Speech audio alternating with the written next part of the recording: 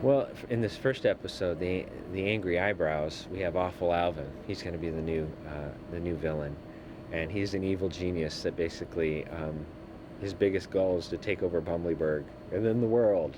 For our second episode, we're going to introduce another couple of villains: the alchemist, who has chemical-based powers, and he's kind of a chemist gone bad, and then his mom, Mother Pearl.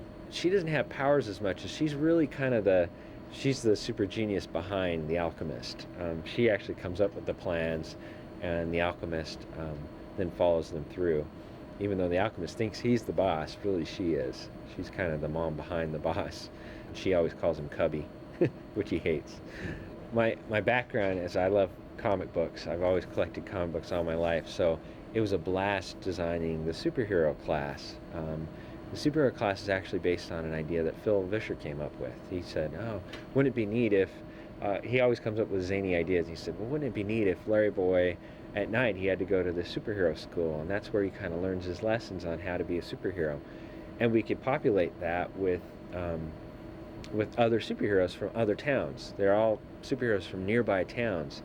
So it's just a fun way to stock it full of these fun characters, other veggies that have other powers from other towns, and they're their town's protector. There's people like Lemon Twist, who's a lemon that has hurricane or tornado powers, and Bubblegum has got stretch powers. He can stretch. He's a piece of celery that can stretch and go into different shapes and sizes. And we have kind of a hulkish kind of character, really big character called Electromelon. He's got electrical powers. And there's Sweet Potato, a female character that's a sweet potato, but she's really strong.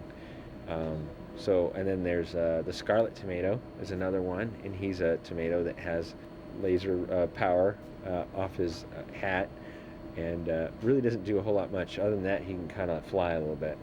And then Bok Choy is the teacher, and he's a very wise character, and he always goes to the handbook, superhero handbook, to find out all the knowledge, and that's where he always kind of goes back to find out the good lesson for the day.